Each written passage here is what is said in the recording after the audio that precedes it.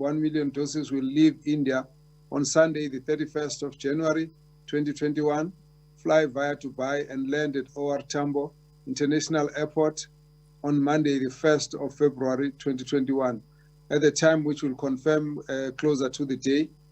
We will afford the media an opportunity to document this historic occasion, albeit with limited access due to the regulations of the Disaster Management Act. Our communicators will relate the details of this arrival in due course.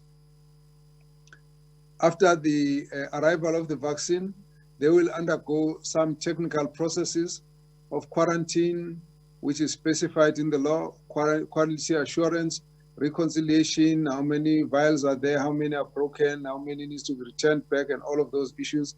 These are all necessary for the safe distribution of the vaccine. These processes will take a minimum of 10 days and a maximum of 14 days to complete, upon which we will then be ready to distribute the vaccines to all the provinces. The National Vaccination Campaign is a government-led initiative necessarily supported by other sectors, such as the civil society, the unions, the private sector. The framework that will be presented tonight has received support from these and various other players to ensure that we achieve our goal of population immunity or herd immunity by the time we get towards the end of the year. As a government-led initiative, Treasury has put its full weight and its support behind the program, and I must take this opportunity to thank the Minister of Finance and Treasury officials, in particular the Chief Procurement Officer, for the close working relationship that has defined the processes of procuring the vaccines. They've ensured that that there are no undue delays. They've granted us all the necessary deviations that we have requested and committed to financing additional orders. Just this afternoon, Treasury met in a three-a-side meeting with the Department of Health and Business.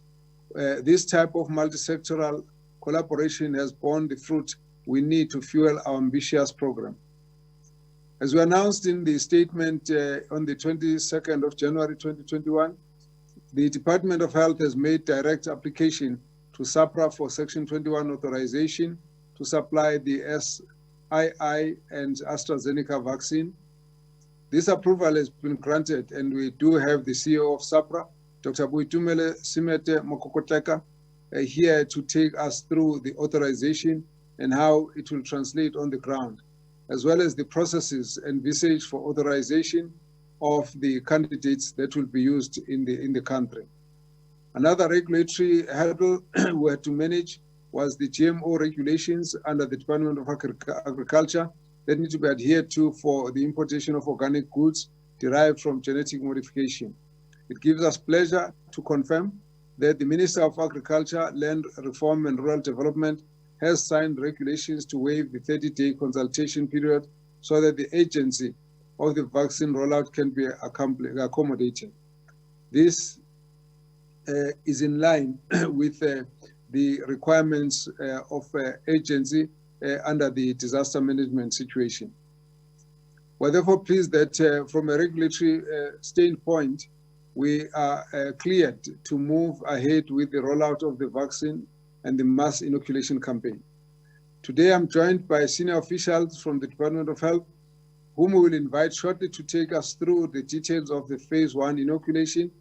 I'm also grateful to be joined by the representatives from the private sector, professional bodies, community pharmacies, business and healthcare funders, as this is a culmination of many months of engagements, hard work and cooperation across sectors to ensure that we have a coordinated and well-capacitated vaccination program. I thank all these esteemed colleagues for joining us tonight, and we look forward to their critical contributions. To conclude, therefore, I wish to acknowledge that as a country, for us to expect our first consignment of vaccines less than a year after the first case of COVID-19 was recorded is a massive achievement of unprecedented proportions. And this is thanks to the coordinated and focused efforts of the international scientific community, researchers, clinicians, and experts, as well as the cooperation of the various departments of government.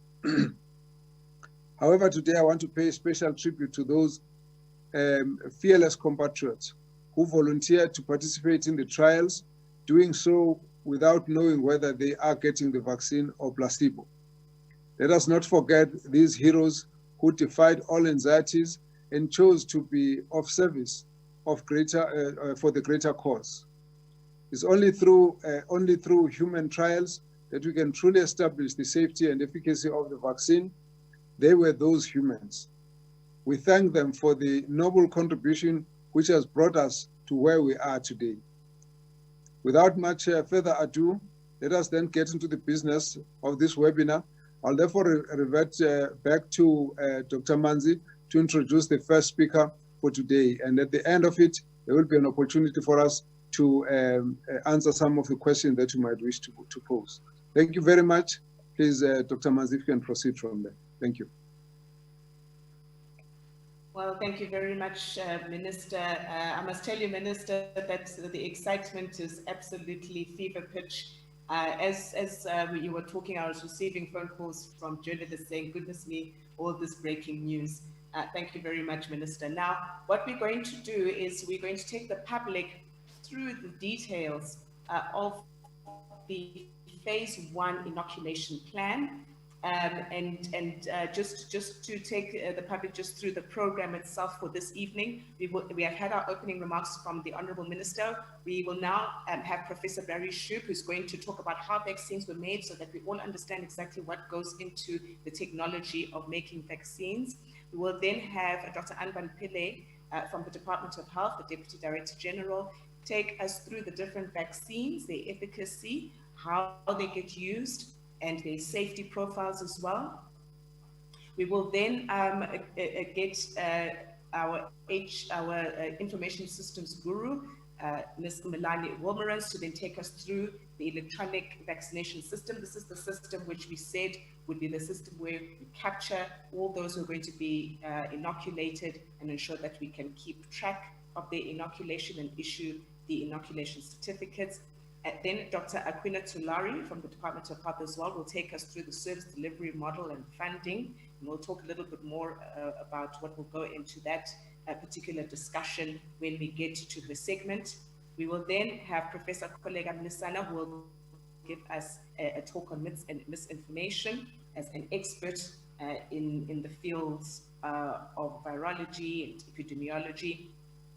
We will then have Dr. Boitumelo Semete Mukukotlela, who will talk to us from SAPRA, as the CEO of SAPRA, on the Section 21 approvals, the details thereof, safety and pharmacovigilance that SAPRA undertakes with the vaccines. Thereafter, we will have a question and answer session, and we have tried to set aside quite enough time so that we are able to exhaust all the questions.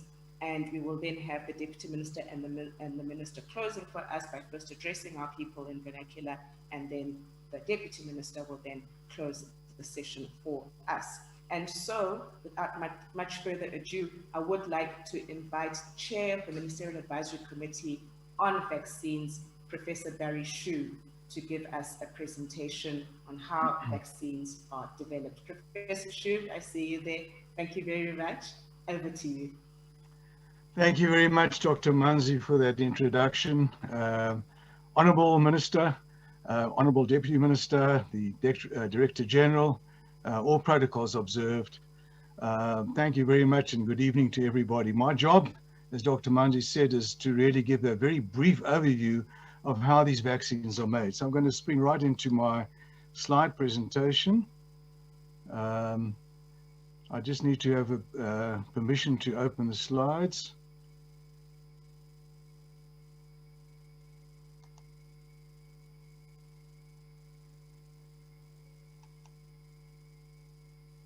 At the moment I'm disabled.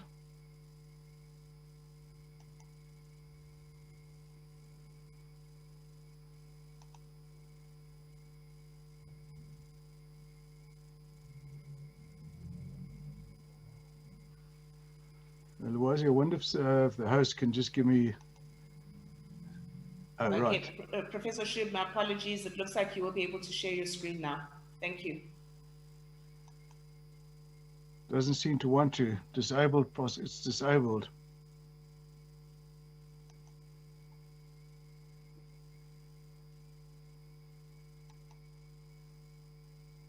It's not allowing me to share.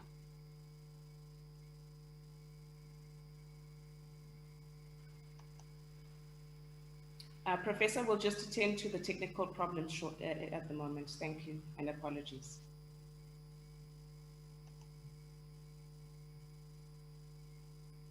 I hope it's not infected by a virus.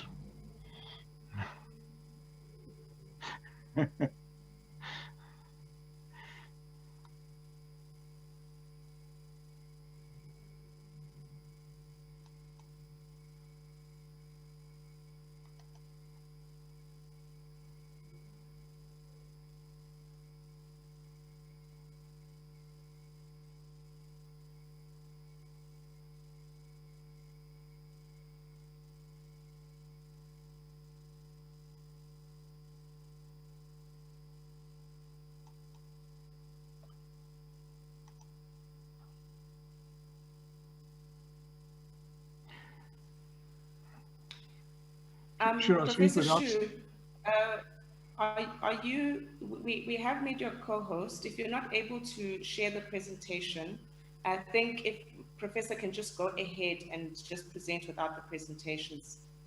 Okay. If that I'll speak without. No, that's fine. All right. Our classical way in which viral vaccines were made. Sorry. Can you see if you can try again? We have made Professor the host now. Let's just try again. No, it says disabled. The host has disabled my participant to screen sharing. Okay. No, please go ahead, Prof. Okay. Please go ahead without the presentations. Okay. You'll have to just imagine what I'm saying then, graphically. Okay. The classical way in which vaccines, well, particularly viral vaccines, were made were really threefold. One either took the virus and attenuated, in other words, grew it in an unnatural environment and thereby changed the ability of the virus to cause disease. The virus was still able to infect the host and thereby stimulate the immunity. And those we call live attenuated viral vaccines. There are a number of examples: measles, mumps, rubella, oral polio vaccine, yellow fever vaccine, and so on. The second way is to take the virus and inactivate or kill it. And we do it either by heating or chemical inactivation. And again, the inactivated polio vaccine, the hepatitis vaccine, these are examples of inactivated whole virus vaccine. And then the third way is to actually extract the critical proteins which are needed to stimulate the immune system and use that as the vaccine. So these are the three classical ways in which are used to make vaccine. And there are numerous examples of all three of these. Now what's happened with the coronavirus, or the cause of COVID, is that there are now additional modern ways of making vaccines, ways which we had not used before. Now the critical part of the coronavirus is those spikes, those outer proteins on the outside of the virus.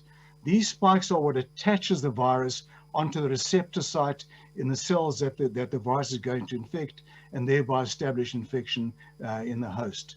So it's the spike protein, and particularly the part of the spike protein which attaches the receptor site. We call that the receptor binding domain. And the idea of a vaccine is to stimulate immunity in the host, so that the host will make antibodies as well as immunocompetent cells to stop that spike protein, the receptor binding protein of the spike protein, attaching to receptor sites.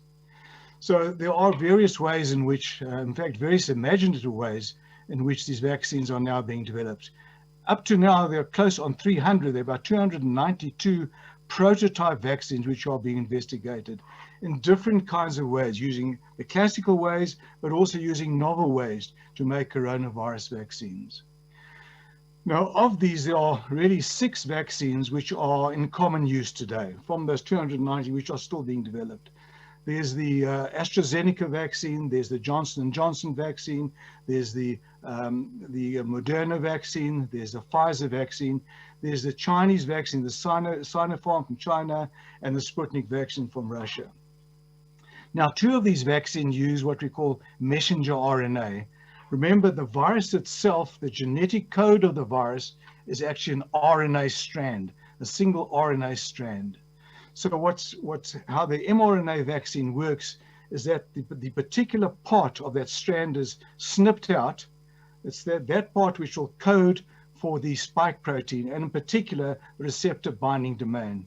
That's snipped out. Now, messenger RNA is a very, very fragile molecule. It can't be used as such.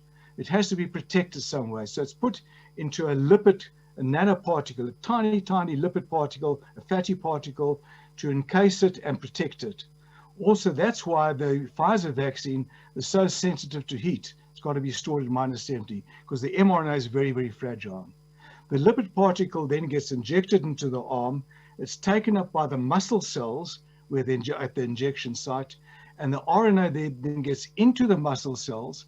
Once it's in the muscle cells, it can then translate the spike protein and the receptor binding domain of the spike protein, and thereby stimulate the immune system. So that's how the messenger RNA vaccine will work. That RNA, remember, is a very fragile molecule. It doesn't last long in the muscle cell. It's quite rapidly degraded after it's done its work of producing that protein. So that's the one group of vaccines, the Pfizer vaccine and the Moderna vaccine. The AstraZeneca vaccine, the Johnson & Johnson vaccine, and the Russian Sputnik vaccine, they are a little bit similar, but quite different. The way they work is that one takes that relevant piece of RNA and that's spliced into a carrier virus. The virus which is used is called adenovirus. It's the virus which doesn't infect human beings, but is usually a trivial cause of trivial illness. But the AstraZeneca, what they use a chimpanzee. In other words, a non-human primate adenovirus, which infects non-human primates, but doesn't infect human beings. Now that's used to carry that RNA into the cells. That adenovirus doesn't multiply. It's just used as a vehicle to get the RNA into the muscle cells. And again, it's the same process. The RNA then codes for the protein stimulates the immune system. The Johnson & Johnson used another adenovirus. It's a human one, but also one which doesn't cause any illness, adeno26, and the Russian one uses two, an adeno5 and adeno26, but it's the same process. The Chinese virus, the Sinopharm virus, that uses actually one of the classical ways. They grow up the virus and they inactivate it. That's whole virus, and it's obviously the proteins of that virus itself will stimulate the immune system. Now, there are other ways of making viral vaccines. None of them have yet been licensed. These are the three main, or actually the two main techniques in those three vaccines which are used. So that's a very, very brief overview of how these vaccines are prepared and how they work in stimulating the immune system. Thank you, Dr. Mkhize. I'll leave it there. Well, thank you very much, Professor Shub, for that explanation. I see that Dr. Anban Pillay is ready to go with his slides, and thank you, Dr. Pillay. The floor is yours. Thank you very much. I hope you can see the slides.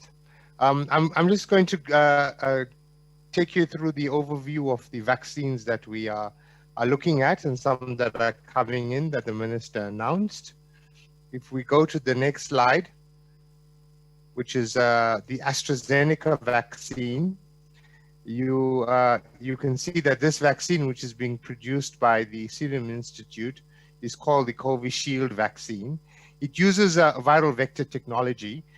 Its efficacy is between 62 and 90%, depending on the type of trials that have been reported on. It's a two-dose vaccine. The dosing interval varies. In some of the trials, it's been 4 weeks, but it can go up to 12 weeks. It's administered in the deltoid muscle with a needle and syringe. I think you would have seen that on TV in some of the countries. It's a fully liquid vaccine, so it doesn't have to be diluted. The good news about it is that it can be stored between 2 and 8 degrees. The side effects are fairly mild to moderate. From the reports that we've had thus far, the side effects relate largely to tenderness in the injection site, headache, fatigue, myalgia, pyrexia, and a bit of chills. But these are usually only for a few days. Most vaccines probably have the similar effect in terms of the immune response, and individuals may experience these. But again, just to emphasize that these are very mild symptoms. Coming next to the Pfizer vaccine, this is an mRNA vaccine. Its efficacy is 95%. It is a 2-dose vaccine as well. The dosing interval here is 21 days apart. It's administered in exactly the same way as the AstraZeneca vaccine. This vaccine does require some reconstitution, which means that it will have to be mixed. And once it's mixed, it lasts for about 6 hours. So very important in our program is to make sure that we have sufficient people to be vaccinated once a vial has been diluted to prevent wastage of the vaccine. The challenge with the vaccine is that it's stored at -70 degrees. At the vaccination site, it can be kept to between 2 to 8 degrees for about 120 hours. The side effects fairly similar to the AstraZeneca vaccine in terms of the most common side effects. They happen particularly as they relate to polyethylene glycol, PEG. But I think it's important to bear in mind that this vaccine is currently the most widely used vaccine since it was the first one out of the blocks. So we're probably hearing a lot about this, but as the other vaccines are being used, we'll have more information about them. This vaccine, the Johnson & Johnson vaccine, is not registered as yet, but we're certainly waiting for the registration. We anticipate the phase 3 studies coming out this week, hopefully, which will tell us a lot about the efficacy and the safety of the vaccine. It's given in exactly the same way. The great advantage of this vaccine is it's a single dose vaccine, so you don't need to come back for your second dose. And it's stored as well between 2 to 8 degrees. The side effects that were reported with this vaccine as well, very mild, similar side effects to the others. Pain at the injection site, a bit of fatigue and headache. As I said, very short-lived from all the data that we have. Then the vaccine that comes out of China, the Sinovac vaccine. This vaccine is an inactivated virus. Its efficacy seems to range between 50 to 70%. We don't have large trials to rely on here, and some of the small trials is what we're reporting on. It's not registered here yet, but it is being used in a number of countries. It's a 2-dose vaccine, 14-day interval in between, administered in exactly the same way, and is also stored between 2 to 8 degrees, and the reports about side effects are very similar. Coming to the Sputnik 5 or V vaccine, this vaccine is produced in Russia. This is an adenovirus vector vaccine, efficacy around 92%, a 2-dose vaccine as well, with a 21-day interval in between. It's storage between 2 to 8 degrees. It does require a diluent as well because it's freeze-dried. The side effects are mild and very similar to the other vaccines in terms of the side effects that have been reported with this vaccine. And then finally, the Moderna vaccine. This vaccine is an mRNA vaccine, similar to the Pfizer vaccine, with efficacy close to that as well, 94.5. A 2-dose vaccine with a 28-day interval, administered in exactly the same way in the deltoid muscle. Its storage is not -70, it's -20, which means it can be kept in the freezer. And at the vaccination site, you can keep it between 2 to 8 for 30 days, which is quite helpful. Side effects, similar profile to the other vaccines. And it also has polyethylene glycol, which would probably cause some allergies in people that are allergic to that. So similar side effect profile to the Pfizer vaccine. I will stop at that point, Dr. Manzi. Thank you very much. Well, thank you very much, Dr. Pillay, for that very informative presentation. And now we will invite Ms. Mulani Wilmerans to then take us through the electronic system. This is obviously a very important aspect of the rollout strategy to ensure that everybody can be recorded and that we can keep track of everybody who is receiving their vaccines. May I check that we are ready to share Ms. Wilmerans' presentations? Good evening, Lwazi. I cannot manage to share. It says host disabled participant screen sharing. Okay. I'm going to give an opportunity for the admin to release, and Ms. Wombrans. I can screen. I can share now. Thank you very much. Okay, thank you very much. So, good evening, Minister, Deputy Minister, DG, colleagues, panelists, everybody that's on this webinar. It's my task to just give a very short overview of the EVDS. The EVDS stands for Electronic Vaccine Data System.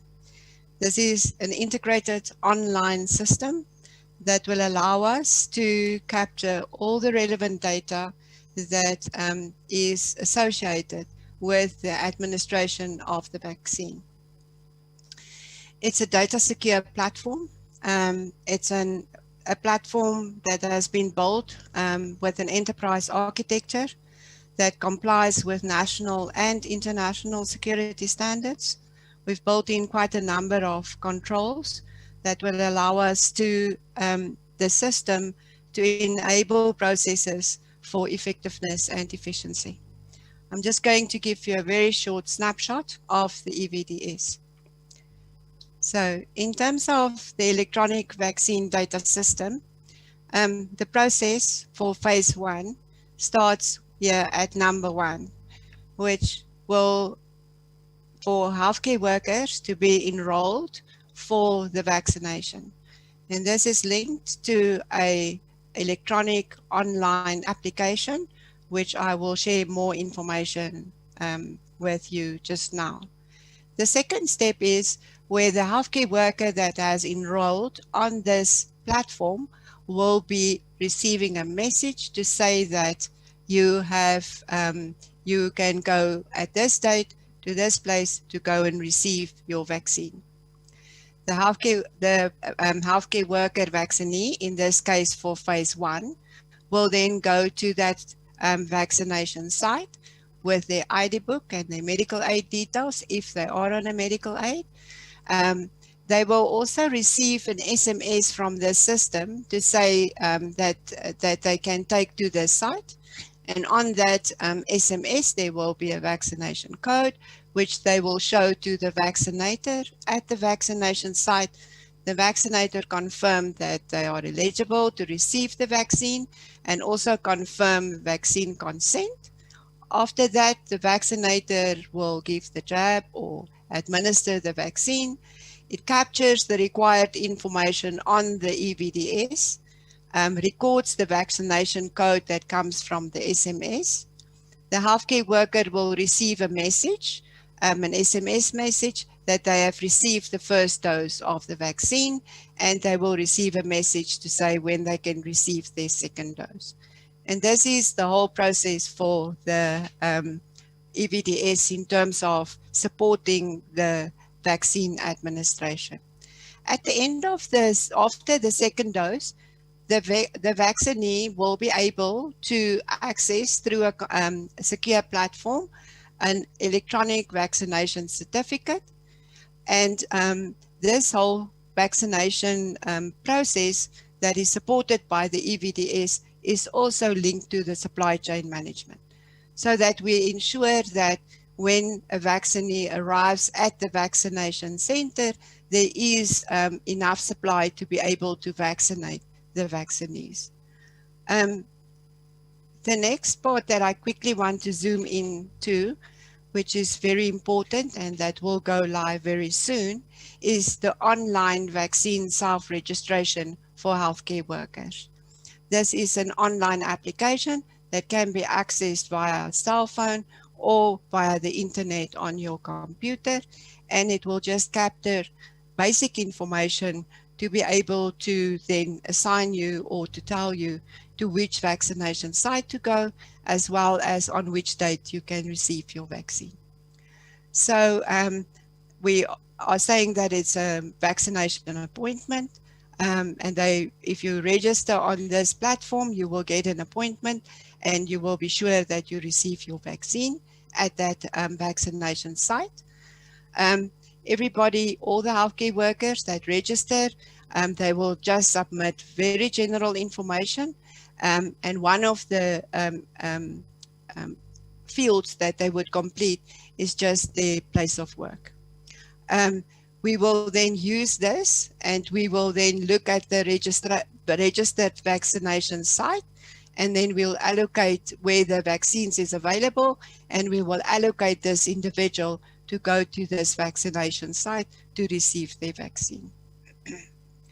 The information that is provided on this portal, we will also use this to communicate with those that's registered on the portal about the vaccination program, where it's necessary, and the communication will be through this application. All healthcare workers, public, private, clinical, non-clinical, should register online on this platform. This will allow us to communicate with you when and where you can receive your vaccine. How will you know when this portal is alive and that you can register? There will be extensive communication to inform everybody, all healthcare workers, through different platforms and mechanisms. Some of these that we've already started populating is social media, professional organization, healthcare worker, the employers of the healthcare workers, as well as the labor unions. And thank you.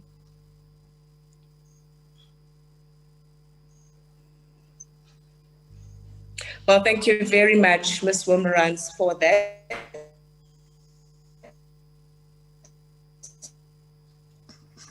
And I hope this has given reassurance to track all inoculees. Now, I have been requested to move the segment service delivery model and funding to the end, as Dr. Akwena Tulari is having activities in circumstances that surround digital communications. But what we will do then is that I will ask Professor Kollega Mlisana to then start getting ready to present on myths and misinformation. I see that Professor Mlisana has been enabled to be able to share her screen. I will give her an opportunity to do so. There we go. Thank you so much, Professor. Please, over to you. The floor is yours.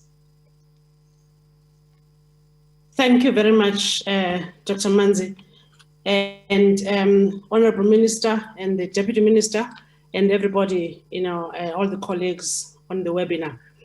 It gives me great pleasure just to talk a little bit about the myths and the misinformation surrounding vaccines. And I'm smiling because there's a lot of information that's going out there, and it can be confusing. But I think we really just need to, make sure that we know we know where to find the correct information, and we will be fine. And I'm trying to move my slides, and I'm not sure why it's not moving.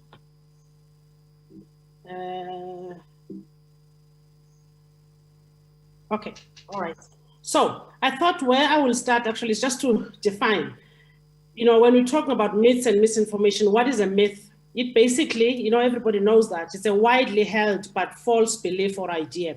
And I could not resist not to translate this. NgesiZulu sithi myth inganekwane. Itori sixoxa labantu ingane ezincane mazikhula. And in Xhosa kuthiwa yintsomi, which is really just a belief that we all know it is false. Now, what about misinformation? It is when we're talking about false or inaccurate information.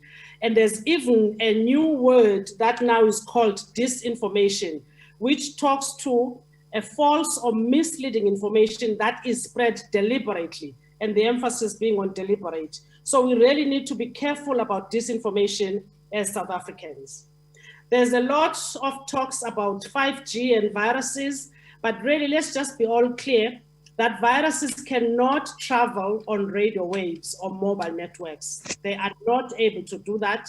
And therefore, the 5G mobile networks do not spread COVID-19. In fact, we all know how the viruses spread. And in fact, we have seen the virus spreading in countries that don't even have 5G mobile networks. So really, there is no way that we can get the virus being transmitted just because we've got a 5G. That does not happen. I put this one up because I thought I just want to show people the magnitude of COVID cases. If you look at us as the country, we are sitting in very, right on top there as Africa, as a continent.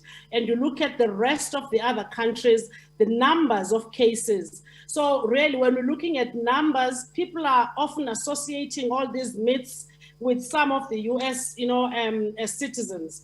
But if you're looking at the US, it has got 30.5 million cases compared to 3.48 million cases in Africa. And as we all know that within our country, we've got 1.42. So you can see that the magnitude of cases is not in Africa, but it actually is in the US and in other countries as depicted by this graph here. And secondly, what about deaths? Is the virus here to destroy, the Africans? If you're looking at deaths, there are more deaths, way more deaths in the US compared to deaths in Africa. And really, when we look at all this, there are far more deaths in the West than in Africa. Then, what about the vaccine itself? I keep saying this, that the advantage that we have as a country is that there are other countries that have already started vaccinating. As we speak, this was yesterday, more than 71 million doses have already been administered. So we are able to look at those and we're able to follow, and look at adverse events. And as Dr. Pillay has already mentioned, really the adverse effects that have been documented have been mild. So we've got the advantage that more than 70 million of people have already had the vaccine. And in fact, this is the vaccine doses, but if you're looking at those that have received the two doses for those vaccines that need 2 doses, 6.56 million already have already been fully vaccinated. And so we can monitor, and there has been nothing untoward that we have seen thus far. So basically, we need to know that vaccination saves lives. And as Dr. Pillay showed, it actually, a vaccine, the vaccine vials contain more than just 1 dose. It's all fluid. And so there is no way there could be a microchip or a tracking device in that vial, because that 1 vial will actually be used for more than, there's some that contain up to 5 doses and even more. So really, all vaccine ingredients, they get declared to the regulatory body. So when the SAPRA, evaluates and looks through the dossiers of any company that wants to bring a vaccine, it's mandatory that the full ingredients that are in the vaccine are declared. So there is no vaccine that has got a microchip or a tracking device. Will these vaccines alter our DNA? The answer is no. There's no vaccine that is going to alter the DNA. As Professor Shub has eloquently described to us how these vaccines work, if we're looking at the messenger RNA vaccines, all that they actually are a set of instructions that then inform the cells of the body to make these proteins, which then the body responds to in stimulating an immune response and prevent or fight the disease. So it is not going to alter the DNA, not in whatever form. And really, I just want, as I'm finishing off, to say, we are a nation that vaccinates. We vaccinate our children. Every mother knows that they must keep their road to health chart and they go and vaccinate and get their children immunized. In fact, if you're looking at our childhood immunization coverage is above 80%, and this was in 2019. And therefore, my message tonight is that we need to know that even if the government can bring the best vaccines, vaccines do not save lives per se, but it is vaccination. So which means we all need to line up to get vaccinated so that we can actually make an impact and make sure that we reduce, and hopefully we get to a stage where we talk about herd immunity. And the last bit I want to say, to us as South Africans, please let's get into the habit of checking whatever information that you come across. Don't accept things at face value. don't believe everything that you read on WhatsApp messages, but check the facts and make sure that you protect yourself and you vaccinate against COVID-19. Thank you very much, Manzi. Lwazi, sorry. Thank you very much, Professor Mlisana. Your authority and expertise is really an important voice, and we really, really appreciate that you have come to share your message with us. Every mother knows that you must vaccinate. Now I'm going to invite Dr. Boitumelo Simete Mukukotlela, the CEO of SAPRA, to talk to us about the Section 21 authorization as well as safety and pharmacovigilance that is undertaken by the regulator. CEO, are you ready to share your slides, or are you enabled? I'm going to try again. Thank you very much, Dr. Lwazi. I'm ready to share my slides. I hope Thank you very much, CEO. Thank you. The floor is yours. Thank you. Let me just put it on. Good evening, Minister.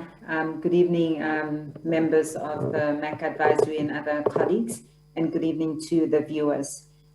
So as indicated, SAPRA will share an update on the regulatory status of the various vaccines, but I'll do a deep dive on the specific one that has recently been authorized.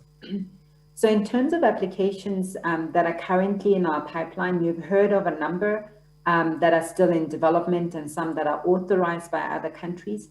However, as we sit at the moment, we've got the Janssen vaccine that is currently under what we call a rolling review submission, and this is currently ongoing. We then have the Serum Institute AstraZeneca vaccine, which we've recently issued a Section 21 authorization on, and this is a vaccine that has market authorization, conditional market authorization by the European Medicines Agency. It has emergency use listing in the UK, and it also has emergency use listing in India.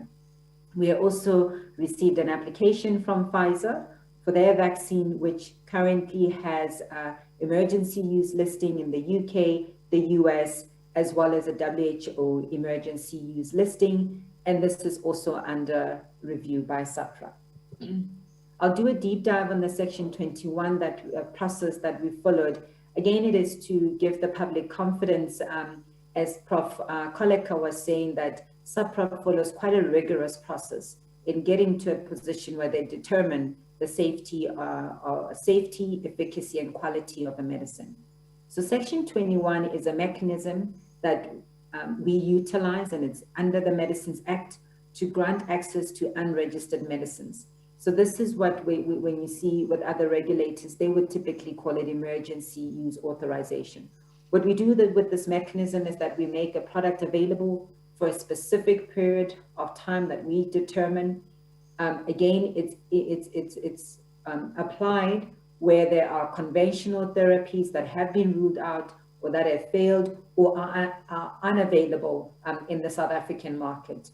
They also, where we apply Section 21 is where there are specific quantities or specific individuals or patients that need to access the product urgently. And this is the case now with the Covishield vaccine, wherein you note the specific quantities and a very specific cohort wherein it will be rolled out in this initial phase of our national rollout program. Again, we issue it where there's adequate scientific data that clearly indicates the risk and clinical benefit. In this review process, we always have regard to the health product safety, efficacy, and quality. And as I've indicated, this is a product that a mechanism that we've utilized extensively in the past. Even when it comes to COVID, we've utilized it for remdesivir, we've utilized it for the serology tests that are currently available, etc. So the specific product then that has this Section 21 application, the Department of Health was the applicant. It is manufactured by the Serum Institute of India. As indicated by Dr. Anban Pillay, we're expecting about 1.5 million doses, and that's what we've authorized. And again, this is targeted to the healthcare workers. We went through quite a rigorous and a very thorough process as SAPRA. We put together a working group of experts that are very, very much knowledgeable in the area of vaccines and clinical vaccine virology, etc. And we looked at the following: the quality of the product, where the product is manufactured. We looked at its clinical efficacy. We also looked at its safety and post-access monitoring, which also includes pharmacovigilance reporting requirements. And I'll speak to these briefly. So when it comes to quality, we look at the manufacturing process. That is it an appropriately validated process? In this case, because AstraZeneca had entered into a technology transfer agreement with the Serum Institute, we needed to ensure that the product that comes out of the Serum Institute is comparable to the product that is then manufactured by AstraZeneca. So we had a lot of scientific data around that. We also looked at what we call the release specifications by AstraZeneca for this product of the Serum Institute. Again, when the product arrives in South Africa, we do what we call a lot release, and this is to test and verify the quality of the vaccine that is available in South Africa. So in this case, with this Covishield vaccine, when the product leaves India, it will go through a lot release by the Indian National Control Laboratory. When it arrives in South Africa, it will undergo a further lot release verification, and this will be conducted by our South African National Control Lab. These are labs that are all under the WHO guideline, and they always are collaborating on their protocols and on their processes. So we're quite comfortable with the quality of work that comes from both these labs. When it comes to the facility itself, we had to, again, ensure that we are quite comfortable with the quality of the manufacturing and that the manufacturing process, it complies with good manufacturing practices. So we reviewed the acceptability of the site with respect to good manufacturing practices. Again, this is a site that we have evaluated as SAPRA in the past. They have received a GMP status before, so it's a site that we are quite familiar with as a regulatory authority. We also did, when it comes specifically to this vaccine, we did an additional desktop review of the process that is specifically utilized to manufacture this vaccine, and we were quite confident and comfortable that it still complies with good manufacturing practices. Again, as I've indicated, this is a company that we've dealt with before, the Serum Institute of India. They do have GMP approval from SAPRA for other vaccines that are available in South Africa, being the BCG vaccine as well as the rotavirus vaccine. When it comes to the clinical efficacy of this product, we looked at the preclinical studies as well as the phase 1 and the phase 2 clinical studies. We reviewed these and we found them to be acceptable, and that the safety and the efficacy outcomes were acceptable. We also reviewed the early results of the ongoing phase 3 trial. And again, there's a trial that is ongoing on this product in the country, and we were satisfied with the safety as well as the efficacy data that was provided from these early results from this phase 3 clinical trial. Very important, because I know we'll probably get a question around how quickly these vaccines were developed. Are we certain about their safety? How are we going to ensure continuous monitoring? So we've got a very detailed program that we've put in place. And again, it starts with the manufacturer providing periodic reports on what we call the worldwide database on a 6-monthly basis, as these vaccines are made available across the world. Again, the manufacturer will provide us with a summary report of these periodic safety updates on a monthly basis. But furthermore, we will be also getting and working very closely with the Department of Health to get reports on any adverse events following immunization. In our process as SAPRA, we also need to do an annual review of the drug safety information after the depletion of a specific stock. As indicated, the matter of the adverse events following immunization is quite important, and we'll be working with the Department of Health on that. Where there are serious effects, we will receive these reports on a 24-hourly basis We will then assess that and we will act accordingly.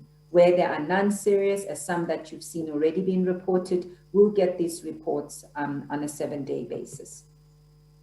Furthermore, to ensure that we continuously monitor this product as it's been available to us as in South Africa, we will do what we call pharmacovigilance assessment of its safety. We will do very thorough reporting, monitoring, and we've put in place a reporting tool that will be utilized. And this is called the MedSafety app. This has been developed in partnership with the MHRA. This is the Health Products Regulatory Authority in the UK, and we're working with other African countries, again, around this medicine safety app. We've designed the app so that it's simple to use. It will be available on Apple products, on Android products, but also it will be available on our website, as well as the Department of Health's website. In instances where we don't have these digital platforms available, there will be a soft copy, a hard copy document form that is available that will be utilized at the facility to report any side effects. And this is exactly the same form as what you see on our, that will be on our website. Again, there's been a number of awareness programs that have been held with healthcare professionals around the profiles of these vaccines, on how to report these adverse effects following immunization, utilizing this app. Also, some of you may have heard about these breakthrough infections. So that is where if you receive a vaccine, you may also get infected. Again, because we are aligning the MedSafety app with the current testing web-based tool, we will be able to link the two and detect any breakthrough infections. Issues such as causality assessment, so that's where we look at what is the relationship between a specific adverse effect and an individual having been vaccinated. We will do those regularly. And again, I can't stress the importance of having to report, and we'll definitely engage with the media, with the public around this MedSafety app in the next few days. So this app enables us to do a passive surveillance wherein you can spontaneously report utilizing your mobile device, logging onto our website, and provide us with all the details around how you're feeling and if you're experiencing any adverse side effects. We can also utilize it to actively monitor specific recipients of the vaccine. And because of the way that it's structured, we are confident that we'll be able to get good quality data. It allows that we get report from the healthcare practitioners, but also from the public. So we're expecting quite a large volume of data that we will be receiving, and we're putting together a team that will be analyzing this data and continuously advising us on what is happening as these vaccines are being rolled out. Again, we will be able to see trends, and we will be then able to make decisions quite rapidly as we get this data. So just to conclude, the key messages that we would like to share are that as a health products regulator, we would like to give the public confidence that with this specific Section 21 authorization for the Covishield vaccine, we've gone through a very rigorous review process with our expert working group that has extensive knowledge in this area. We also have worked, and we continue to work with other regulators across the world that we align with, and also with the WHO. So thank you very much for your time. Thank you very much to the CEO of SAPRA, and indeed let us take this opportunity to appreciate the regulator for getting us here. It is no mean feat to get us to this point where we are actually able to roll out the vaccines.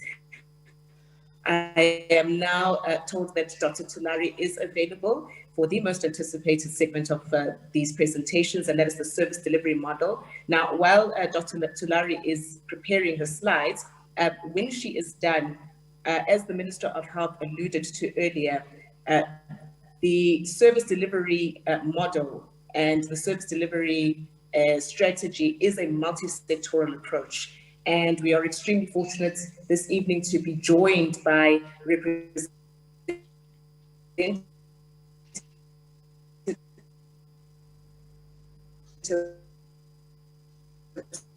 of the barriers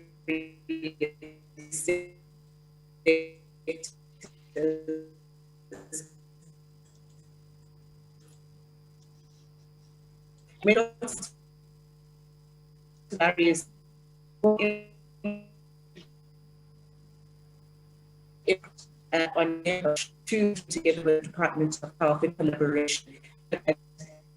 Delivery and is very user friendly.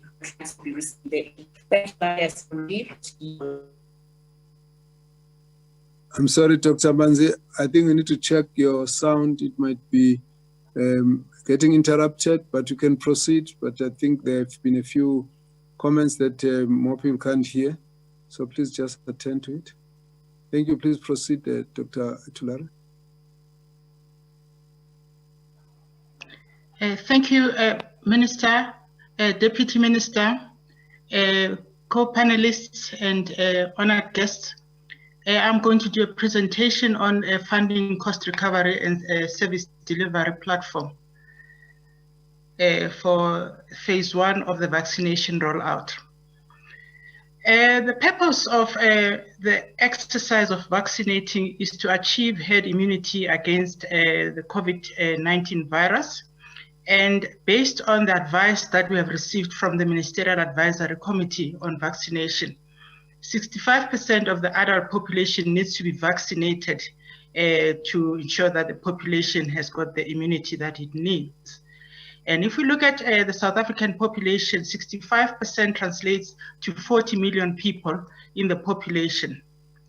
And I'm going to break it down further, that if we think we have got 40 million people that requires vaccination, 7.1 million of this are insured in the private sector by medical schemes, whilst around 32.9 are what we call uninsured.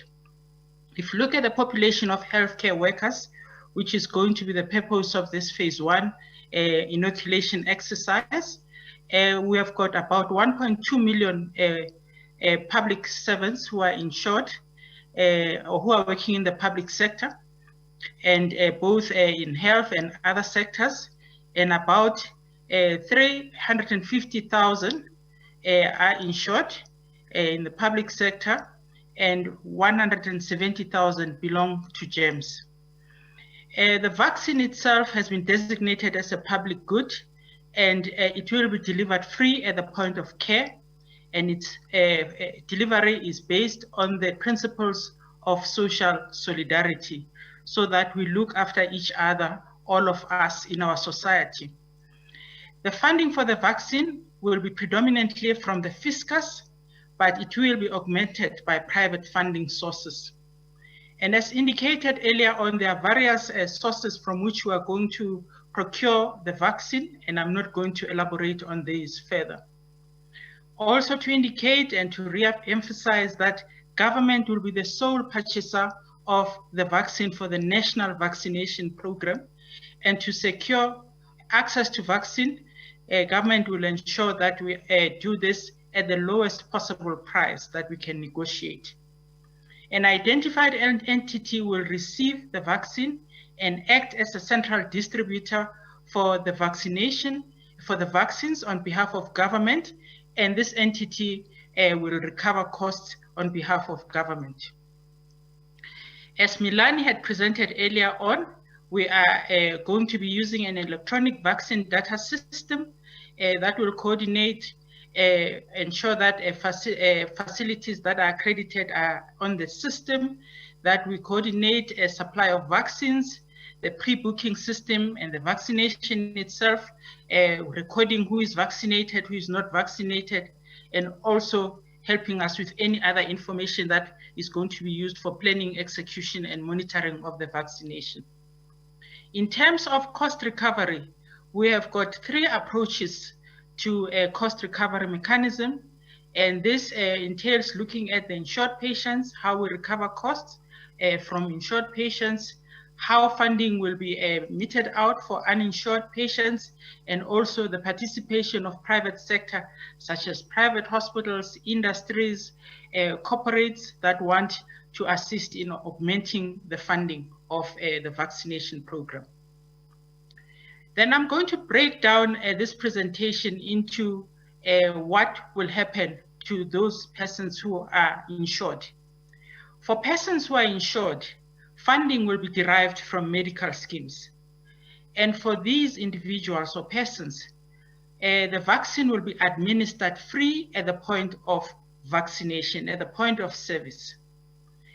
In the private sector, private providers, including pharmacies who want to provide services to the insured persons, they will procure the vaccine from the central distributor through their wholesalers using a mechanism that we call a single exit price. A single exit price is a mechanism that is defined in law through the Medicines and Related Substance Act, Section 22G.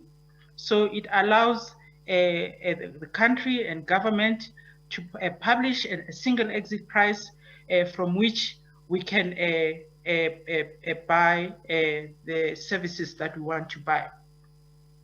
Providers in the private sector will bill medical schemes for the cost of the vaccines as well as the administration fee, and will be paid through what we call a prescribed minimum benefit.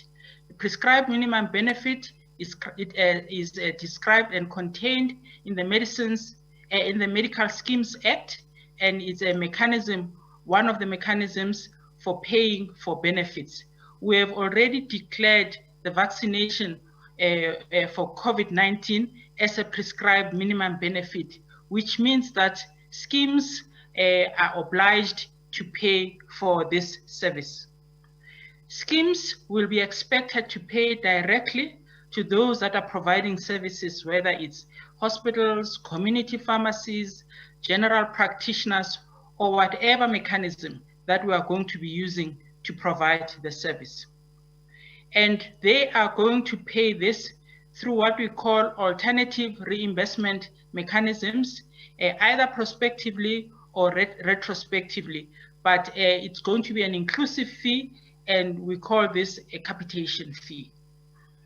And in case of insured healthcare workers who want to be vaccinated in our public health facilities, the vaccine will be supplied to our public health facilities, but our public health facilities will be regarded as designated service providers that can be paid by medical schemes.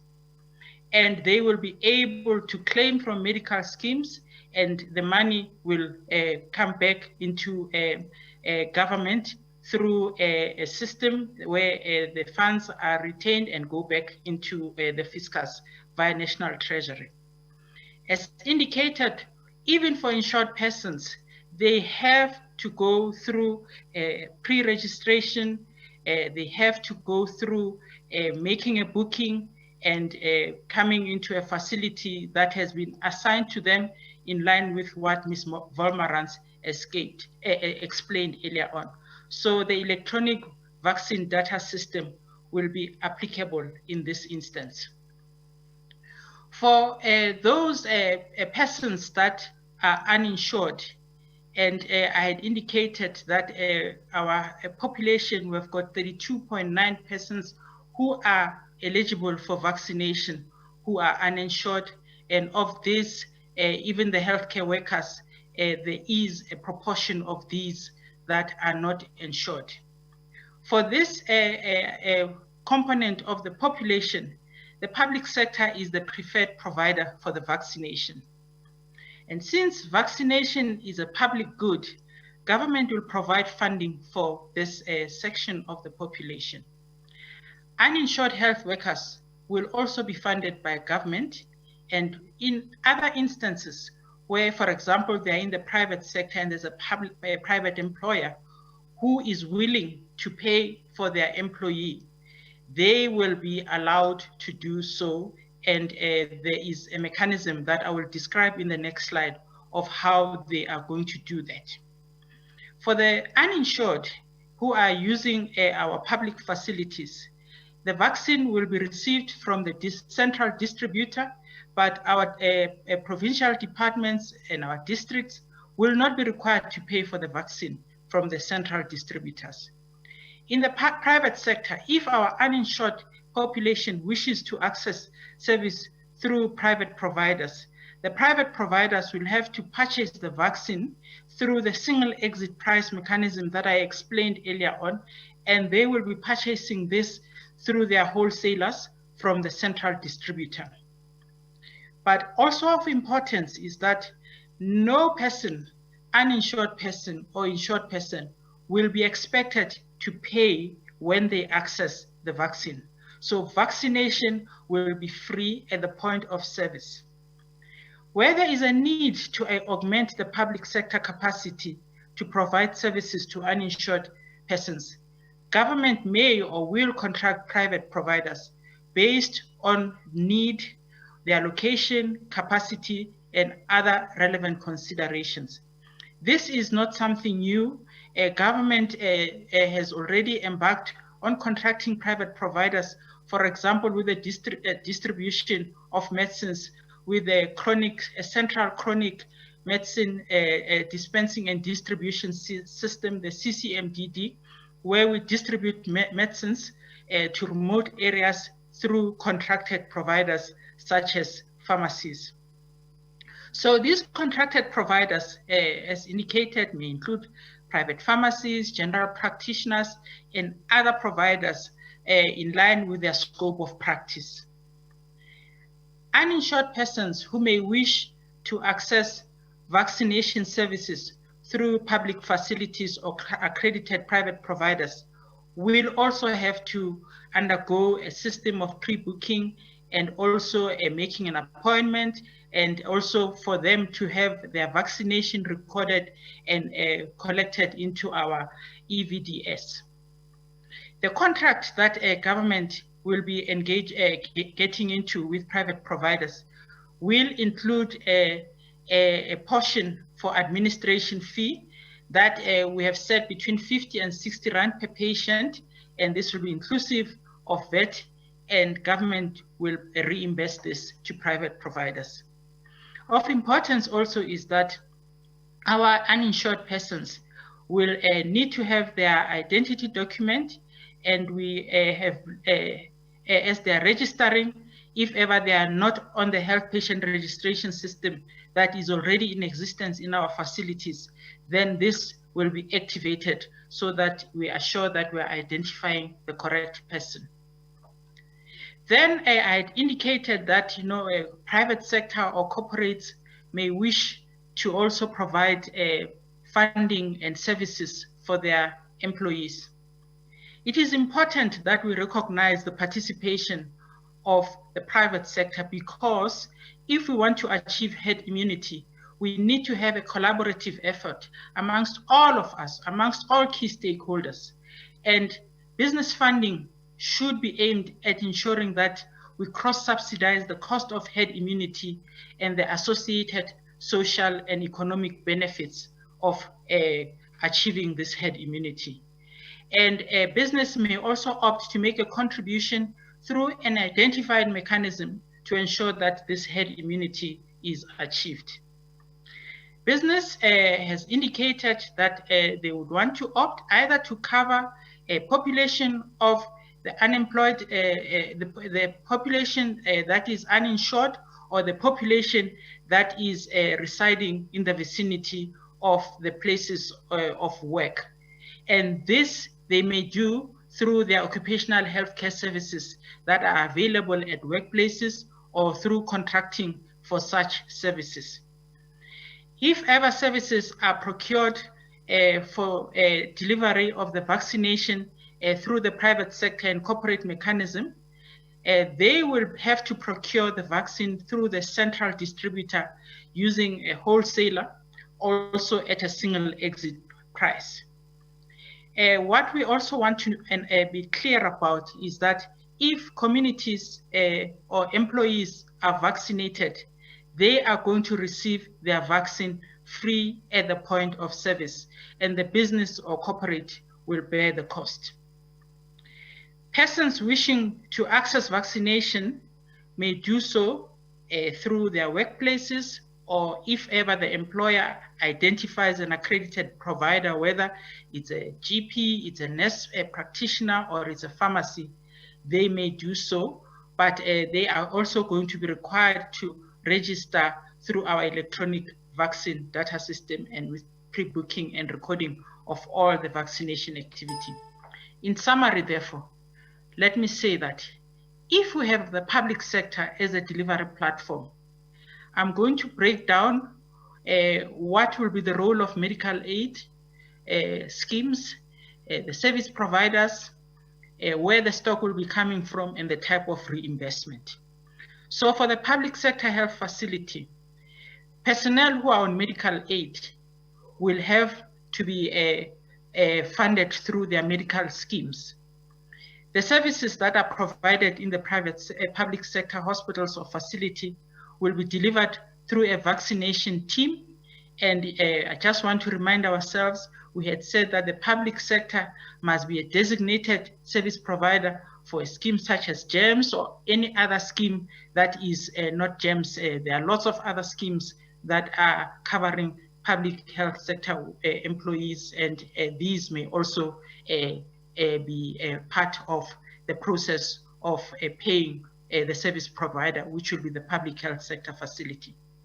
The stock here will be public, but reimbursement will derive from the schemes, and it will be retained by Treasury through the DSP arrangements.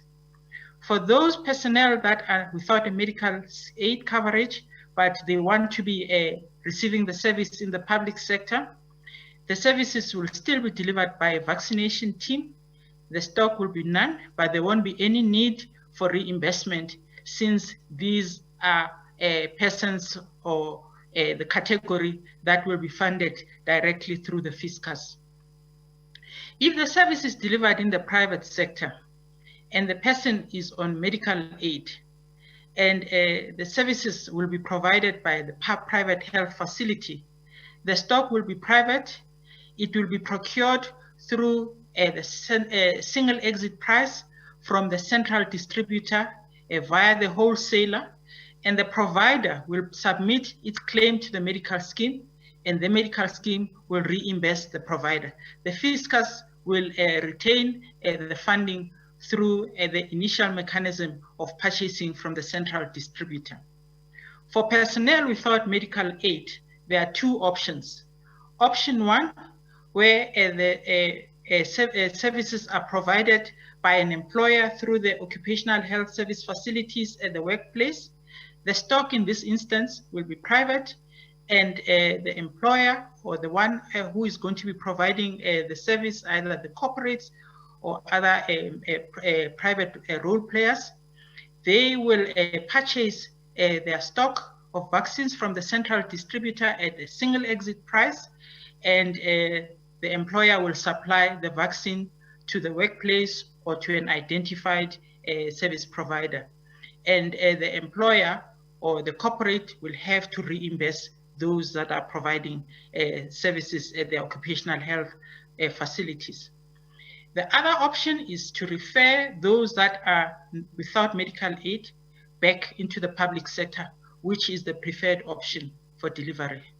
My last slide.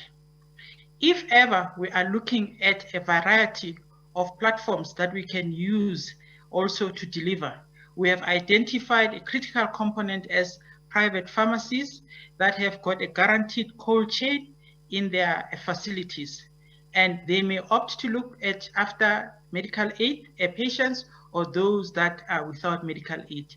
In this context, the service provider will be the pharmacy, the stock will be private, and the pharmacies may either purchase as a group through their group purchasing mechanism, but they will also be purchasing from the central distributor at a single exit price, and medical schemes will reimburse directly to these pharmacy or pharmacy groups. If ever the person comes into a pharmacy but they do not have a medical aid, the pharmacy will have a stock that is derived from the public pool, and they will be reimbursed by the state vaccine cost, with or without an administration fee. This will depend on the negotiations, and this will be similar to the central chronic medicine dispensing and distribution system that I described earlier on. Therefore, let me thank the Minister, the Deputy Minister, colleagues, and everyone for listening. I thank you.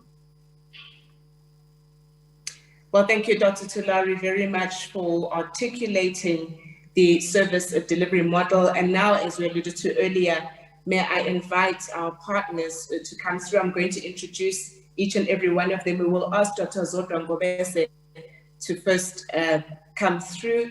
Dr. Ngobese is an occupational medicine specialist running occupational health services for various parastatals and private entities throughout the country and in the private sector. She is also a health risk management specialist in the private sector. Dr. Ngobese, please unmute and let us see you, and please do come through with your contributions. Thank you. I want to thank the Honorable Minister, the Deputy Minister, colleagues, fellow panel members, and fellow South Africans for this opportunity to support phase 1 of the vaccine rollout. All protocols observed. Occupational medicine services, we play a vital role in public health as a whole, in that we are the healthcare professionals working with employers in corporate, private sector, and public entities to manage work-related health issues and exposures. And we also provide primary healthcare services at the workplace.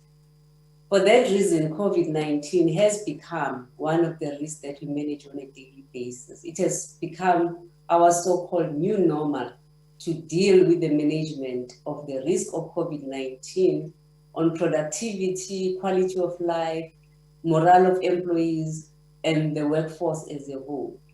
For private employers who opt to fund the rollout, and also for corporates, occupational health practitioners are well placed to be their foot soldiers. So we look forward to the delivery of COVID-19 rollout program. We view it as a game changer towards prevention of COVID-19 infections, not only locally, but also globally.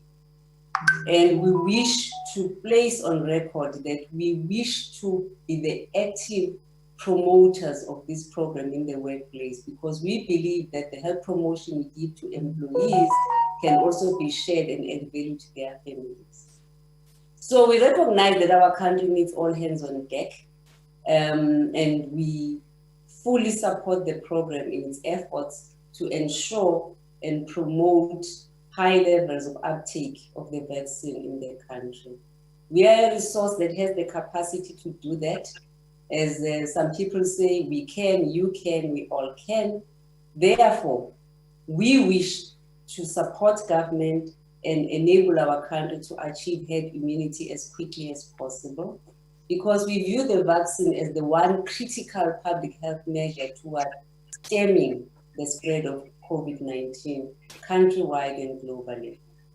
For that reason, we wish all South Africans to utilize existing health resources, including occupational health practitioners, as a source of information that will enable them to make decisions on whether to participate in the program or not. I thank you for these few minutes of your time. Thank you.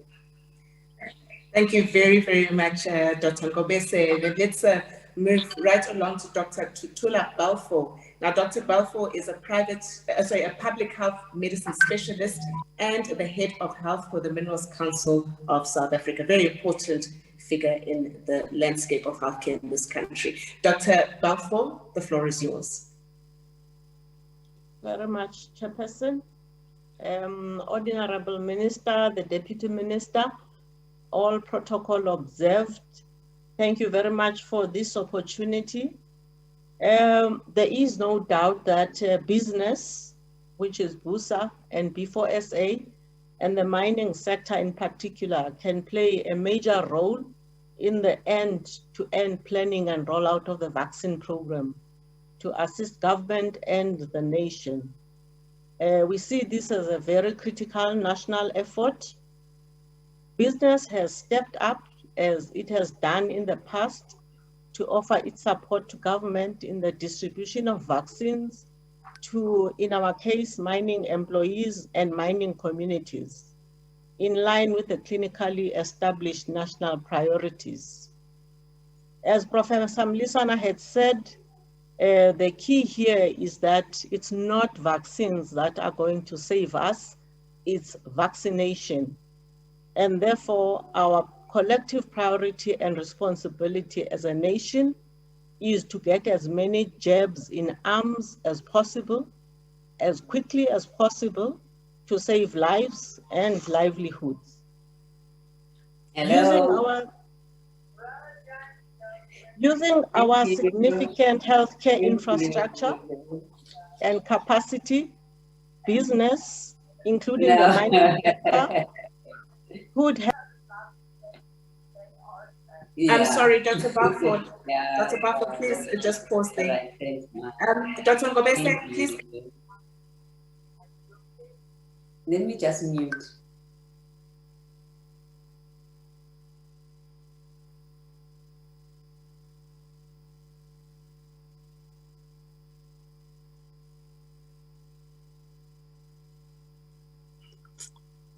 Dr. Manzi, you are muted, and I think Dr. Balfour is also muted. Oh, okay, Dr. Balfour, apologies. We just needed to mute Dr. Ngobese. Please do come back and continue your contributions. Thank you very much.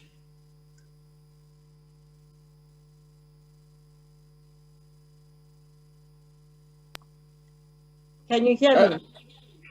Yes, thank you very much, Dr. Balfour. Please continue your contributions. Thank you, we can hear you and we can see you. Okay, sorry about that.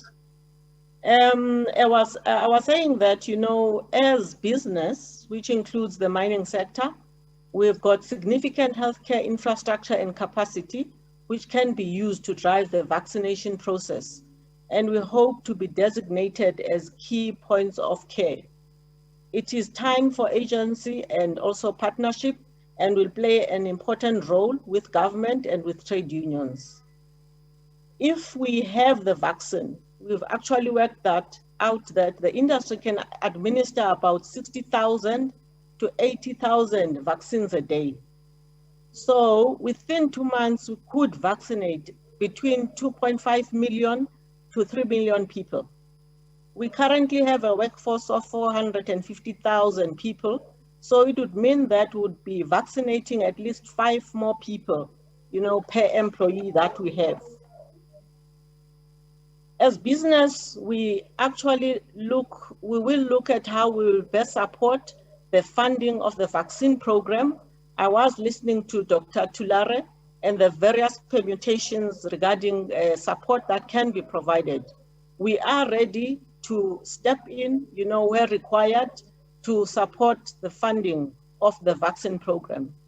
Lastly, a huge area we believe that we can make a difference on will be placing a focus on communication and education and reassurance of employees and communities, and ensuring that as many people as are able will take up the opportunity to be vaccinated. As we heard before, the critical issue here is to get herd immunity in South Africa, and we want to be part of achieving that goal. Thank you very much, Chair.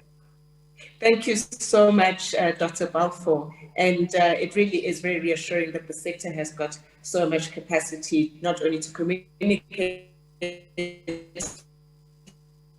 but to also put jobs in arms. Thank you so much. Some of our viewers, television viewers, he's a media personality and advocate on TV and radio, social commentator, and host and owner of Dr. Fundi Digital Health Channel. Dr. Nyati, the floor is yours.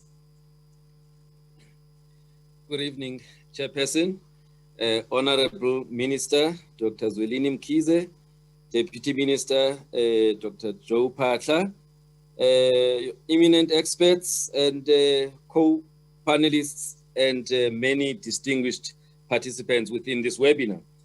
I've been asked to come and talk more as a primary care physician, you know, which is, other people can see those as family doctors, but I play a role at different levels. One, yes, at primary care level, in communities, but also, you know, I have a company that plays a role in health risk management or employee health and wellness programs, that is in workplaces, and then also the role as somebody who's got a digital channel and, you know, gives opinion on media. Now, I think listening to Dr. Tulare, it's very important that primary care doctors, that is GPs, you know, individually and also as groups should be roped in to play a positive role, because if you look at the number of doctors that this country has, the majority of doctors are actually primary care, you know, doctors. They are the nearest people to the communities. They have established relationships and trust by those communities. And if, you know, they are able to speak the local languages, they can play an important role in terms of public health education around the vaccines, answer questions, the myths, misinformation, disinformation. And so I'm saying for this program to succeed, you know, and make sure that by the end of the year, the 2/3 or 67% is achieved, we need to have the primary care physicians playing an active role. They can make their practices available, you know, as vaccination sites. And if they meet standards in terms of cold chain, they can be able to play a role to actually vaccinate, you know, people. And so I'm saying, you know, that engagement with organized primary care physicians needs to happen. Obviously, a lot of training that needs to take place so that they can play the roles that I've just mentioned. And then some of us, we also play a role in media where we influence a lot, you know, in terms of dealing with misinformation, disinformation, and, you know, demystifying the myths. So in all of those roles that we play, workplaces, in the media, and in our practices, I think it's going to be very important for the department to partner, you know, with this sector. Thank you very much.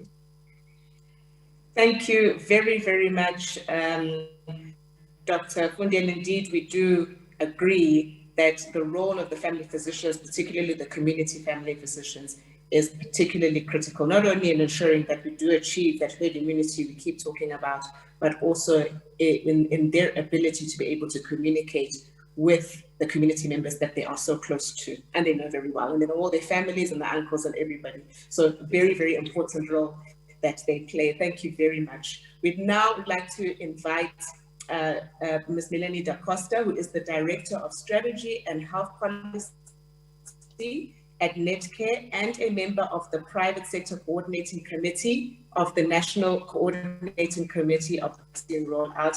She also participates in the B4SA platform for vaccines. That is the Business for SA platform for vaccines. Mr. Costa, the floor is yours as representative of the private sector and business. Many thanks, Chair. So good evening, Minister, Deputy Minister, co-panelists and honoured guests, and all protocols observed. So Business for South Africa was incepted in March last year. It represents the depth and breadth of both large and small businesses, and it's with the express purposes of supporting the national response to COVID. And the vaccine is, you know, part of that process. So I just want to support or echo the Minister's words on the pressing need to vaccinate healthcare workers. You know, we've unfortunately seen such a tragic loss of lives in the first two waves of the pandemic, and these are heroes, frontline staff that are trying to do the best they can to help our citizens and have an unintended consequence in the process. I can confirm that private hospitals in particular have been working hand in glove with the National Department of Health on ensuring a very successful start to the vaccine process. The reason for this is acute hospitals will be testing the IT systems and the logistical processes as we roll out effectively the first stage of phase 1, and we look after the healthcare workers closest to the most compromised of COVID-19 patients. So in that, we've engaged on the IT systems that have been presented and eloquently elaborated on by Milani and Dr. Tulare. And Minister, we give you some comfort that the system looks very comprehensive. Today, we have finalized the uploading of the acute hospital vaccination sites into the system. And we have started the training process of vaccinators through the National Department of Health program. The next steps, so we have also engaged the provinces on just understanding total private healthcare worker by province, by district, and even by acute hospital. We are now in the process of finalizing the registration of all the private healthcare worker data fields for that national electronic system. We're doing it through a central database to really try and make the department's life easier, and we'll be uploading it through a secure platform. The next step that we're also focused on is the logistics, and I see that there are a lot of questions that have been coming through on logistics. But in effect, if a South African gets an invitation for a vaccine and there is a set date, time, and place, we want to ensure that when you arrive and you consent to a vaccine, that that vaccine is at said place. So those are the various steps that we're engaged on, and we just assure you that we're available 24/7 to ensure our readiness to vaccinate healthcare workers. Thank you. Well, thank you so much, Mr. Costa. Those are very, very encouraging words.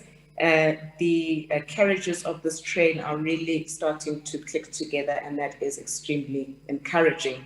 We would like to now invite from the nursing sector, probably the most critical and important sector in the rollout of these vaccines, Matron Dinah Morbedi. She is the nursing manager in the Eastern Cape Department of Health, also known as matron of the province, with 41 years experience in public sector nursing. She has been part of the team that provides psychosocial support to healthcare workers affected and infected by COVID-19 in the province, and is a leader in the nursing sector. And so, Matron Morabedi, over to you. Thank you, Chairperson. Good evening, Minister. Good evening, Deputy Minister, and my colleagues. It's an honor to speak on behalf of nursing tonight. In my whole 41 years as a nurse, I've never seen such high infections amongst nurses. I've never seen such high deaths among nurses. We used to hold services for nurses, Nurses Day, and we'd read out the nurses that have died in that year. In a hospital, you will read out maybe one nurse, 2, 3 nurses, but that we should start reading up to above 20 nurses in one institution that have died. This is really broken the back of the nurses. We always said nurses are the backbone, but our back is broken. But I'm encouraging our nurses that with the vaccine, the issue where we used to say, the patient is my first consideration. It's no more about the patient. It's also about my family. My family needs to be protected. I need to, when I'm at work, be comfortable that my family is also protected. So taking the vaccine will not only ensure that I'm protected from getting infection, it will also protect my family. I will feel safer that my family is also protected, because I've seen colleagues, nurses can attest to that, of nurses who are not at work. She was here yesterday, today she's not here. She's infected. The third day she has died. So that is really encouraging us as nurses to take the vaccine so that we are protected, so that we feel safer in our workplaces. Because at the moment we do not feel safe. We don't know when next we'll be infected. Despite the PPEs that are there, despite the encouragement from management that are there, we still see our heroes falling. Day by day, there's a hero that has fallen. Day by day, there's a nurse who's infected. So nurses, let us protect ourselves. Let us protect our families. Let's be encouraged to take the vaccine. And I must say, I've noticed that nurses are part of the teams that are going to implement the vaccine, and they will be able to participate so that all the healthcare workers that we are aiming to vaccinate are vaccinated. thank you this evening that I'm able to encourage our nurses, and I'm hopeful that they will see the benefit of the vaccination. Thank you, Chairperson. Thank you very much, Matron. And that was a very, very important, critical message for our most prized and most critical healthcare workers.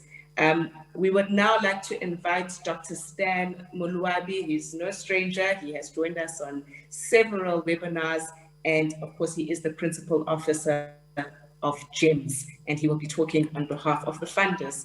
Dr. Muluabi, the floor is yours. Good evening, Mayor Lwazi.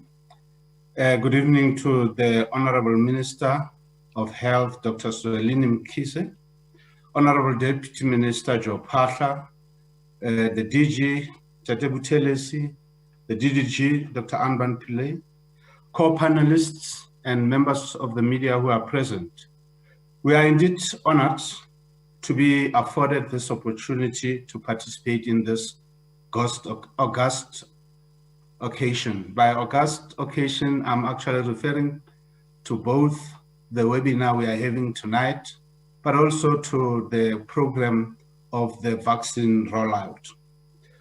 Without further ado, on behalf of GEMS, we hereby pledge our unfettered support for this enormous undertaking. Anybody who undertakes a massive project like this one, this vaccination initiative, must expect that there will be challenges along the way. We must expect and overcome what the naysayers say. And they are saying that we will not succeed. We must expect that there will be various hindrances and hiccups along the way. More importantly, but in no way of less significance, is the trust deficit that has resulted from the recent undertakings of similar nature. The procurement of PPEs and recently the sanitation or defogging of the Gauteng schools at a cost estimated to be around 430 million rands does not bode well for an undertaking of this nature. At this stage, I would love to say a word of appreciation for the healthcare workers who are at the forefront of fighting this pandemic. The road ahead is therefore littered with immense hindrances. However, we dare not fail the South African citizenry. I would love to leave you with the words of our icon, the indomitable Rolihlahla Nelson Mandela, who said, "It always seems impossible until it is done." I thank you, Dr. Lwazi. Well, thank you very much for those words, Dr. Muluabi. And now, last but certainly not least, and then after the speaker, we will move on to the question and answer session. We will invite Mr. Khabo Gomabe, who is a community pharmacist and chairperson of the Independent Community Pharmacy Association, representing more than 1,100 pharmacies across all the provinces.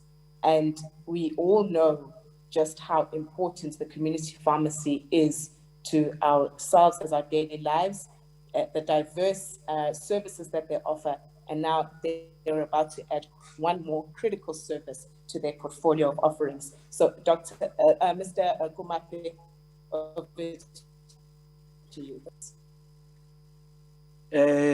Thank you, Dr. Manzi. Thank you for the flattering introduction. Greetings, Honorable Minister Mkhize, the Deputy Minister, Dr. Pahla, the DG, Dr. Buthelezi, the DDG, Dr. Pillay, colleagues and fellow South Africans. My name is Khabo Gomabe, and I'm the chair of the Independent Community Pharmacy Association. Firstly, I wish to commend the Department of Health, yourself, Minister, and the Ministerial Advisory Committee for the tireless work that you have been doing and are continuing to do, and for allowing us to be part of this important initiative. Now, the COVID-19 vaccine We see it as the most important tool that we have at this current juncture to end this crippling pandemic, and it is imperative that we vaccinate the 40 million South Africans as quickly as possible to avoid further loss of life and trauma to our nation. Minister, between ICPA pharmacies and our fellow colleagues, the GP practices in the private sector, we are indeed ideally placed to add over 10,000 extra vaccination sites across our country. Now, the vaccine rollout and the massive spend that is happening currently and that will continue to make in this country should indeed strengthen the existing healthcare infrastructure, and it should not necessarily be used to generate profits for shareholders. Finally, Minister, in solidarity with government and for the sake of our population, the ICPA, together with our partners, have been preparing for the past few months through engagements in the B4SA, the engagement with the Provincial Department of Health, as well as the National Department of Health. And therefore, I conclude by saying we are willing, we are able, we are ready to play our part in this vaccination campaign. Pharmacies are indeed undoubtedly the backbone of primary health care in our country, and they should be commended for that. I just want to end by saying, South Africa, we encourage you, let's vaccinate and save lives as well as livelihoods. I thank you. Well, thank you very much, Mr. Kumape. And that ends the formal proceedings of this press briefing. We will now move on to the question and answer session. I will begin with the questions that are being posed by the media on my WhatsApp groups, and then we will move on to the Q&As that are in the chat box. Although we must put out the disclaimer that it will be impossible to cover all of the questions and answers that have been posed, but we've also tried to maybe group them all in themes so that at least we are able to exhaust everybody's queries regarding the rollout strategy. It is 9:45, and the live broadcasters may elect to switch over to their normal programming once the 10 o'clock hour strikes. And so we really would like to take this opportunity before we go ahead with the questions to thank our broadcasters for taking the message of government and our partners, our sector partners, to the people of South Africa, to reassure them that we're all working together to ensure that they will be protected from COVID-19 in future through the vaccination program. Now we'll move on to the question and answer session, and I will begin with Kyle Cohen from News 24. Does the health department have all the supplies ready it will need in terms of auxiliary supplies such as cotton wool, needles, syringes, and swabs for the vaccine shots to be administered?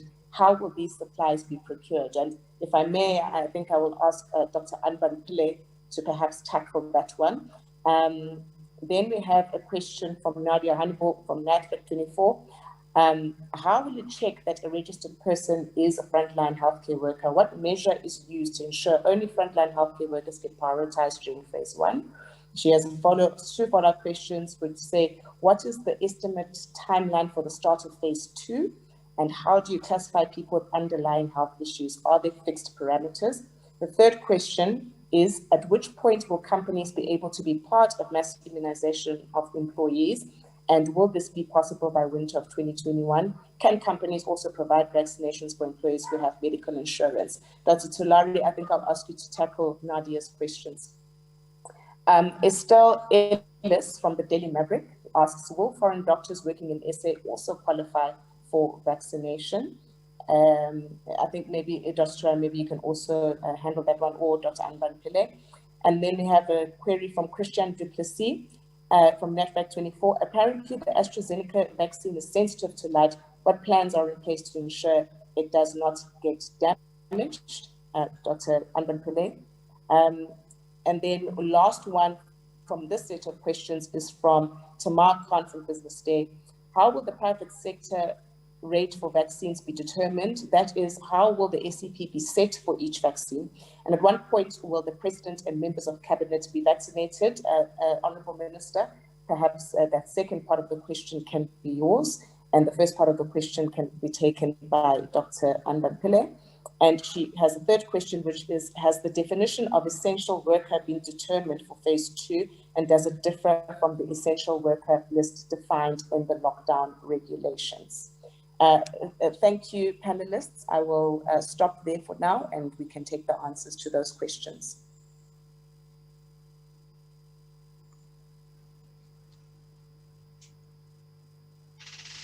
Perhaps we can begin with the Honourable Minister, and then move on to Dr. Anban Pillay, and then Dr. Tulari. I thought mine was the last one. The question of ministers is actually an interesting discussion.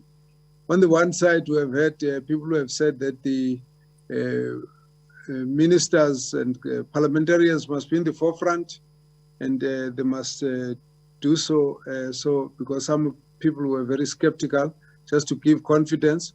On the other hand, others are also saying, well, why don't they wait for their turn on the queue?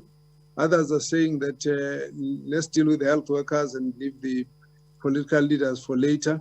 So we are going through that discussion just to see what might be best. But we believe that particularly those who are involved in the Interministerial Committee on vaccine should actually be actively involved, and they may be the ones that might be encouraged to participate in the earlier part of the vaccine, mainly to build the confidence that the issues of vaccine, its important issue is the safety, and the fact that it's important, it's necessary for all of us to take. So basically lead by example, as it were. So that matter has not been finalized, but that's where the discussion is at the moment. We did say earlier, there was someone who asked a question about when the vaccination will start. We did indicate in my opening that there will be a lot of processing that needs to be done, and the minimum is 10 days, maximum 14 days.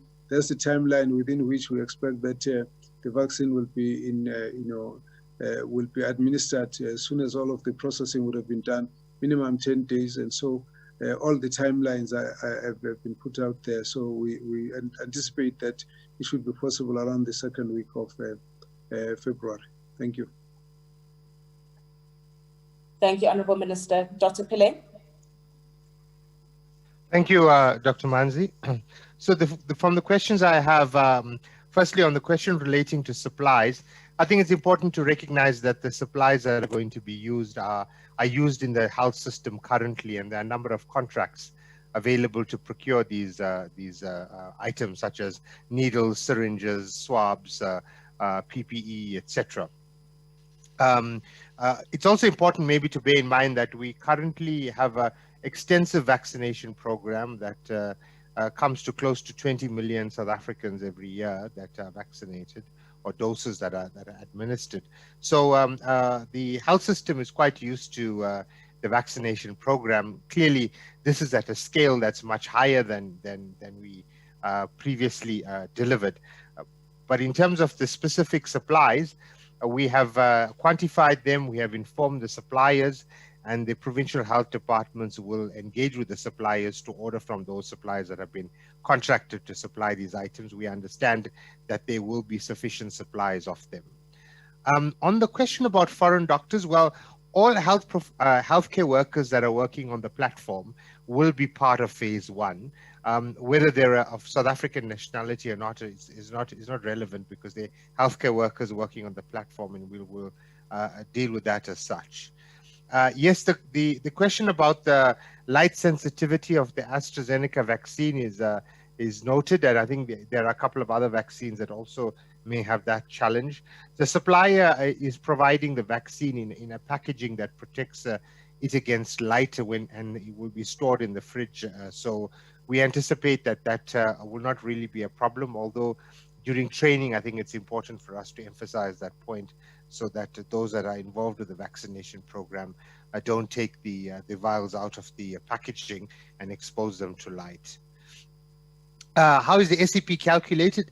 The SEP is made up of a manufacturer price and a logistics fee and VAT.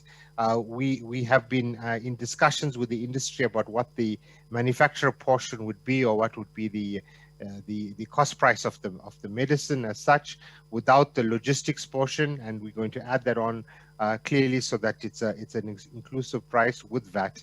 That's the way we would be putting the SEP together in terms of its various components. And then finally, the question around essential worker.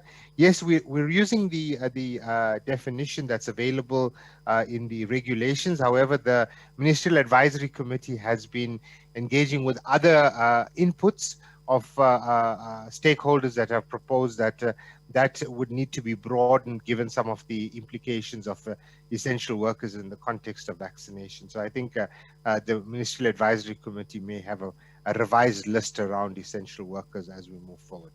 Thank you. I'll stop there, Dr. Manzi. Thank you so much, Dr. Pillay. Dr. Tulare, any questions that you're picking up on? I think the question that I wanted to respond to is around when will companies be allowed to procure and vaccinate.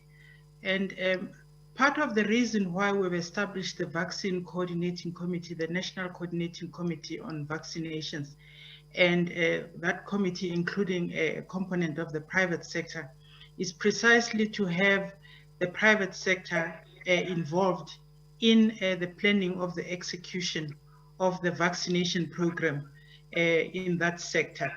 And therefore, they are part and parcel of the planning. If they are responsible for healthcare workers, their healthcare workers, in line with how we've categorized them, will also be prioritized accordingly. But the most important thing is that they need to participate, they need to ensure that the information is provided to the platform that is planning for the program, and that we know who the health workers are. And then going forward, once we move into the second and third phase of the vaccine rollout, they should also be part and parcel of planning, so that we do understand the categories of the population that they intend covering. So they are part of the planning even at this stage. Thank you. Well, thank you, Dr. Tulare. I'm moving on to my second group, and there are about 5 questions here. The first couple of questions are from Vickers Berger. The first question is partially covered, but he's drilling down into a little bit more detail. The question being, which healthcare workers will be prioritized during the first phase of the vaccination process? For instance, will a nurse in the Nasrec Field Hospital receive a vaccine before a plastic surgeon in private practice? Also, do all healthcare workers, including plastic surgeons, dermatologists, psychiatrists, etc., qualify to receive the vaccine during the first phase, or will some be exempted? If so, who and why? It goes on to also ask, will South Africa, and Mr. perhaps this one is for you, will South Africa beat this pandemic by end of 2021? Please explain why not? Will we be able to vaccinate 40 million South Africans by the end of the year to achieve herd immunity? Is this a realistic goal? I think the first question in regards to the prioritization of healthcare workers, either Dr. Tulare or Dr. Anban Pillay can take that one. Andrew from Associated Press asks, and Dr. Pillay, I think this one would be for you, what is the price paid? Excuse me. He asks, what is the price paid for the 1.5 million doses of AstraZeneca vaccine? Did Serum charge a premium to deliver these vaccines quickly? And then I have another one from Vickers Berger from Network24. When will the vaccination process have a significant impact on the infection and death rates? In other words, when can we expect to see infection and death rates decline thanks to the nations? And perhaps we can ask Minister, and maybe Professor Lusana can weigh in on that one as well. And perhaps even Professor Shub, if you would like to weigh in on that fairly high-level question. One has just come through from Bevelin Mapue. What are some of the challenges expected with the first batch, and is there a strategy to deal with any of these challenges? Dr. Pele, perhaps if you can come in on that one. I see she has deleted her follow-up question, and I have requested Stephen Brumolo just to put on record that his question is very long. We will provide a written answer for that question. Thank you. I'll stop there. Minister, shall we begin with you? Well, the one question is when do we see the vaccine taking effect? It's obviously a very difficult question to answer accurately too, because it depends on the rate of vaccination. It also depends on what wave we are at a particular time. And so all we can say is that we're looking to a point where we would have the majority of the people as targeted being vaccinated, and also that we have got evidence that we have actually beaten the surge at that time of the virus, so that the virus is not a huge threat, and preferably should have actually been completely removed, or it should have been completely defeated. But it's not going to be something that you can put a definite timeline and say that's the time it's going to be. So we're going to have to play it by how the virus, the pandemic plays out. We hope to vaccinate as many people as possible. We also hope that during that time we'll use the containment measures, the use of masks, the sanitizers, washing of hands, and so on, until we can see that the whole country is out of the danger. Then we would know that by that time we will have actually been able to successfully fight off the virus. So it's something that we will actually go by observation of how the situation is panning out publicly. Then the other question that was raised, I think we dealt with the question of the issues of pricing. Will leave to Dr. Anban Pillay to deal with. Largely from where we sit, we believe that we have to do everything we can to acquire as many vaccines as possible and vaccinate as many people as possible, so that we are able to get much closer to the 40 million target. Obviously, as they say in English, the taste of the pudding is in the eating. So it's going to depend on a whole lot of factors. By the end of the year, how many of the people would have been able to vaccinate. We have seen a number of countries that had huge amounts of vaccines ordered and not being able to get as many of their supplies as they expected. So from our perspective, our target is to get as close as possible to the 40 million. We may not be able to achieve it, but we really must have done as many as possible by the time. So the target has to be set and left at 40 million. We need to drive the whole program to be able to get as close as possible to that number. If it does not work out, it will just be because then we can explain what would have been the problem, but it's not because we would not have set a target that really must drive this campaign as much as possible. Our real concern with this whole program is that somewhere along the line, we've had a second wave. We don't know whether we'll get a third wave. Now, it's going to be very difficult to say we've got the vaccine, but we're taking our time. We need to really make sure that if we've got the vaccine, let's drive as much as possible the campaign, so that more people must be on the safer side of getting infected than we would be risking that if there's another resurgence, they will be affected. So it remains a realistic target. It's a target which really is a tall order. We're going to have to push, but obviously, hopefully we'll get enough vaccines in the process. But if there are delays there, it will then affect the numbers. Thank you.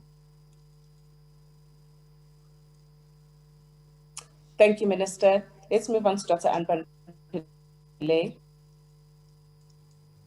Thank you, Dr. Manzi. The first question I'll deal with is the one relating to healthcare workers.